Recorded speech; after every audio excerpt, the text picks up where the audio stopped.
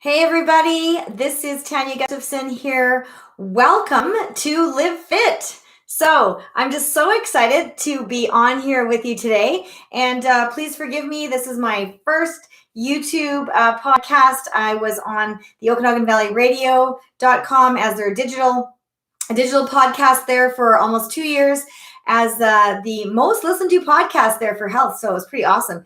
Anyway, thank you so much for joining me today, coming to you live from my home here in Kelowna, BC, my little home office. And, I wanted to get on here and just get with the public because, we can't get with the public so much right now, right?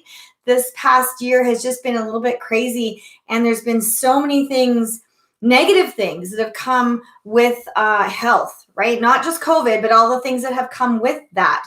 And so one of the things, I threw out this little, if you follow me on social media, you would have seen that I threw it on Facebook just randomly the other day, a little question, when everything goes back to normal, the first thing I'm going to do is, and I, put a blank there. And so the first thing that most people said they wanted to do had to do with human touch and connection. They wanted to meet up with their family. They wanted to hug. Hug was the biggest one out of all the things. And as you can tell from this, I don't have such a massive following yet, but the comment section just exploded.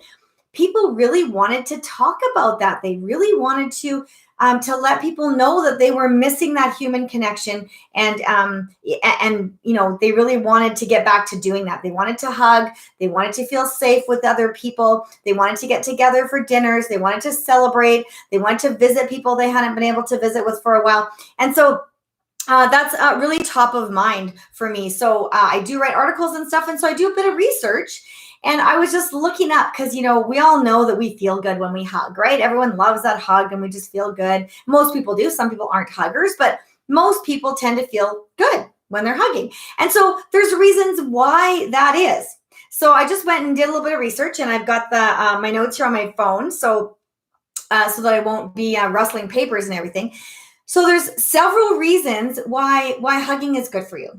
Number one, I bet you didn't know that hugging protects you against stress and infection. So it really helps with your immune system, all right? Because so it helps to reduce your stress levels.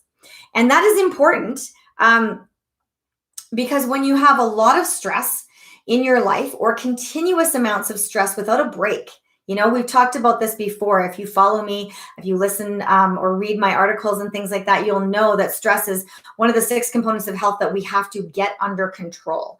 If we're really going to help create optimal health in our body, it will prevent you from losing weight. It will, make weight gain. It will increase your cortisol levels. It just, it hampers your concentration and your focus and tanks your immune system. It's a whole bunch of nasty things that happen when our stress levels are too high. Going up and coming down, that's okay. You have it for a short period of time. That's okay. Like that time when, it's somebody's birthday and you totally forgot until the last minute, before you're going to meet them. And you're like, oh my gosh, we have to go to dinner tonight. And I forgot to pick up the fill in the blank, right? And so, all of a sudden you feel your heart rate go up and you just feel tense, and you look at your watch and you think, okay, I got to stop at the store and I got to pick up the flowers or whatever it is for the anniversary of the birthday. And then as soon as you do that, it's like, okay, I'm good now, right? I'm back on track. So that was stress for a minute. It motivated you to do what you needed to do. It got you dialed in and focused and concentrating in that one tiny little area so that you could get done what you needed to get done, okay? So then contrast that to when your stress goes up and then it stays up. And that's been the case for a lot of people over this past year through the pandemic because of the uncertainty. Maybe you've lost your job. Maybe your job is really unsteady. Maybe you don't know whether you're going back to work. Your kids were in school. They're out of school. They're learning from home, or they're not learning, or they're having trouble learning, or somebody is ill. There's just so many different variables and so many unknowns, and we don't know what, when the lockdowns are going to end, or when restrictions are going to end over here, or how come they're different over there. So many different variables and uncertainties. And that tends to make people have a high stress level because we like people as humans, we like schedules. As much as those free spirits like to, say, I kind of fly by the seat of my pants. We all like to know that there's some sort of framework in our lives. And that just provides us with a grounding, a foundation and something we can count on, something we can reflect back to. And we know we just can count on that as being a solid foundation for us.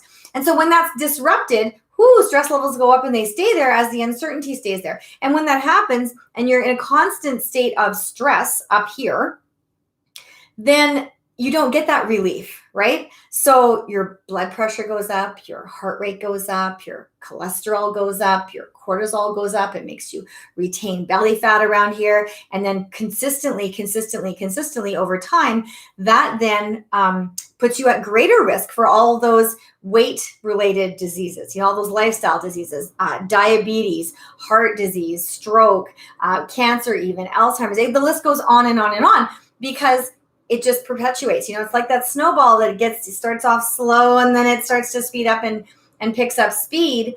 Well, as it starts to pick up speed in a negative way to do with your health, then all these other things kind of pack onto that snowball and stick around, and you have more and more issues to deal with. And so we want to make sure the stress level comes down. And so one of the things that helps to bring your stress level down is hugging. So wherever you are, whoever you are near, whoever is in your bubble, give them a hug. I will hug anybody, honestly. When you're healthy and when your immune system is functioning well, that is the best defense against any disease out there, any sort of virus, any sort of bacteria, anything like that. When your immune system is strong, our body, that's our best line of defense. We were born with that. We have to encounter some germs and things along the way in order for our body to become stronger. It's like going to the gym, so I'm a gym rat. Again, if you follow me, you know that. I'm there all the time. And so if you've ever, worked out, or even if you haven't, and then you decide to work out, it's almost like you can't just go into the gym and pick up 100 pounds. It's just not going to happen. You're going to be like, you'll hurt yourself, right? Because you haven't worked up to that level. Same thing with our immune systems. If we don't allow our body to do a little bit of work, and fight off a few things once in a while, the immune system, if you don't use it, you lose it, right? We know that with lots of things to do with aging and with our muscles and things like that. So if you don't use it, you lose it. And you don't want to lose your immune system. You want to keep it strong. So I'm not saying that you need to go and never wash your hands and hang out with a whole bunch of sick people. What I'm saying is that when you work to build up your immune system, then when you come in contact with those things, it's not going to be a stressful situation, number one, because you're going to be confident in your body's ability to fight it off. And that hugging just helps to bring down that stress so that your immune system can be functioning well. Okay, because it triggers the oxytocin in your brain, which is the feel-good hormones that come out, right? So when we do that, it feels so good, right? We hug and we get close to our loved one and they give us a big squeeze and it just feels so nice. The other thing is when we are doing the squeezing, that pressure, that when we get squeezed or when we squeeze, that pressure, that force that we use, is wonderful also for our brain. It allows our body to focus and concentrate. The proprioceptors can line up and allow us to dial in and focus. So people that are stressed tend to not be able to focus well because their mind is going in several different directions trying to solve all these issues or problems that are coming up. Whereas when you can get those things to focus and calm down, okay, we can dial in and we can deal with things one at a time, which is very important. Hugging lowers your blood pressure, right? Okay, so there's a recent study I have here. They found that, in fact, people who were given stressful tasks, if they had been holding hands or being hugged, they would have lower blood pressure, lower heart rate, suggesting that they were less stressed. So again, those two things correlate with each other, the blood pressure and the stress, right? And you know that. If you, for those people that have to get their blood tested all the time, I've had a couple clients where they say, well, I'm not quite so sure if that blood pressure reading was accurate because I always get nervous when I go. And then, my heart rate starts to go. And of course, that's going to give you a false reading. It's just not going to give you a proper blood pressure reading because your stress goes up and then everything starts to go up. So not a good idea. Okay.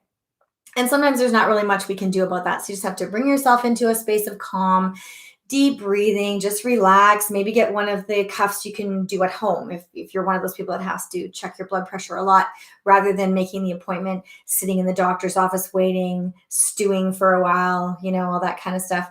You can just do it at home, or those ones that you can do at the grocery store or the drugstore. Sometimes they have those too. Hugging can also get rid of fears. Okay, there's a lot of times people are afraid of things, and just giving some, and sometimes they don't even know it, but this past year, fear is a big thing for a lot of people. People are scared to go to stores. There's some people are scared to hug other people. They're scared to touch things.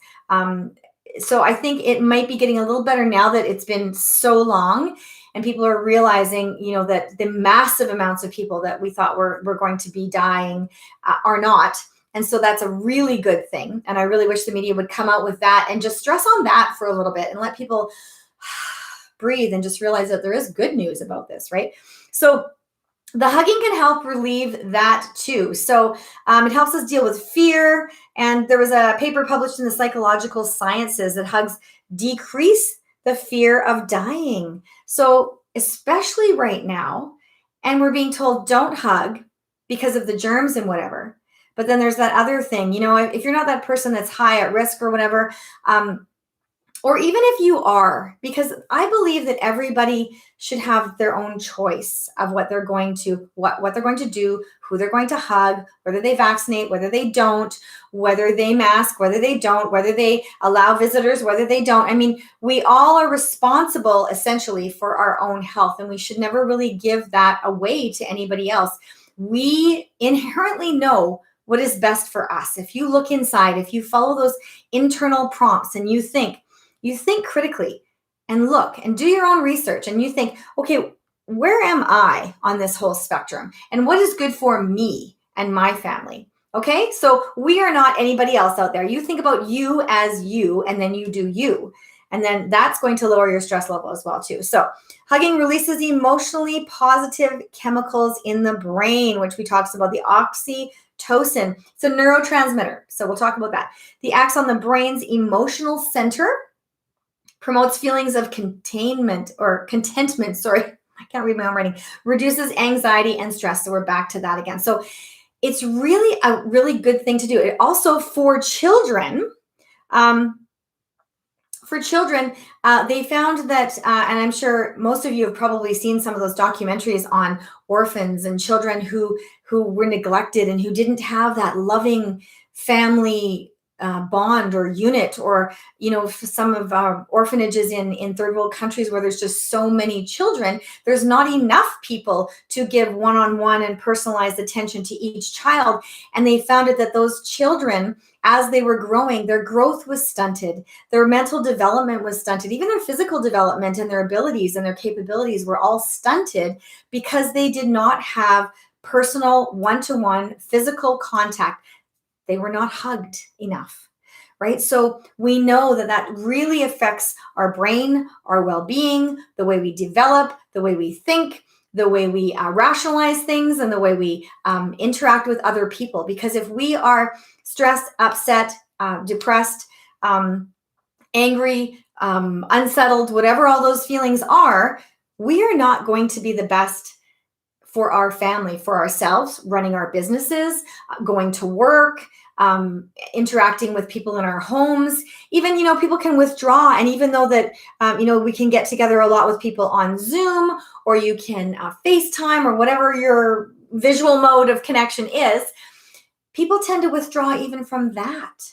And then they go into themselves and they sort of withdraw from society because they're really lacking that personal one-to-one connection that they haven't really put a finger on sometimes. Sometimes people know it, like all those people that were commenting on my post about what's the first thing you're going to do, when things go back to normal. It's like, I'm going to hug, and then fill in the blank who it was they were going to hug, or I'm going to go visit so-and-so. I'm going to travel and hang out with lots of people. I'm going to have a barbecue. All of the things that people put down had to do with getting together with other people and being social again. People are social beings, and we need to embrace that. Literally embrace with the hugs, right? So so get together with people in your home, in your circle, in your family. Start there. And, really pay attention to those people that you normally connect with, maybe people in your workplace, maybe people in your home, maybe people in your neighborhood, or even people you connect with online. And just notice if there's been a difference in their demeanor, in their communication, in their connection, in their response to you. Even, maybe we've been messaging with people for a while, or saying hi to them all the time. We see them all the time, and then after a while, you don't. It seems like fewer and fewer and fewer connections are being made.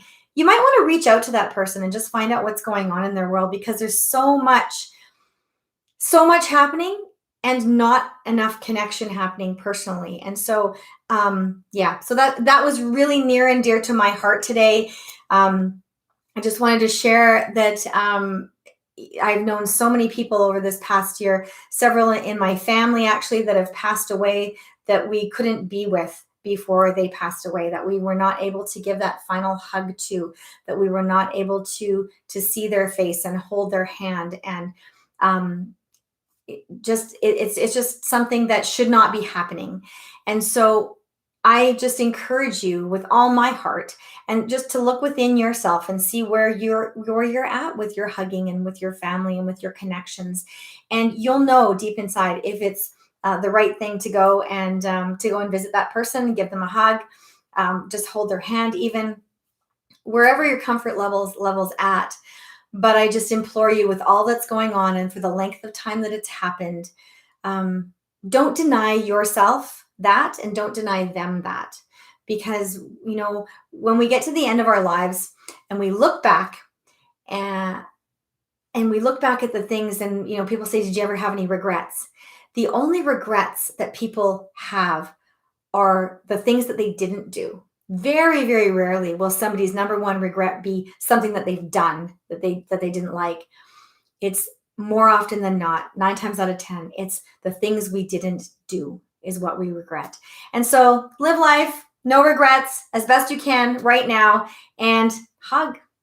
Thanks, guys. Thank you for watching. I'm going to try and do one every week to get going here. So Mondays, I'll be posting it on Mondays around 9 a.m. I'd love to hear your feedback in the comments. I would love it if you messaged me through here, or you can find me on my website at fuelignitethrive.com. Thank you for living fit with Tania.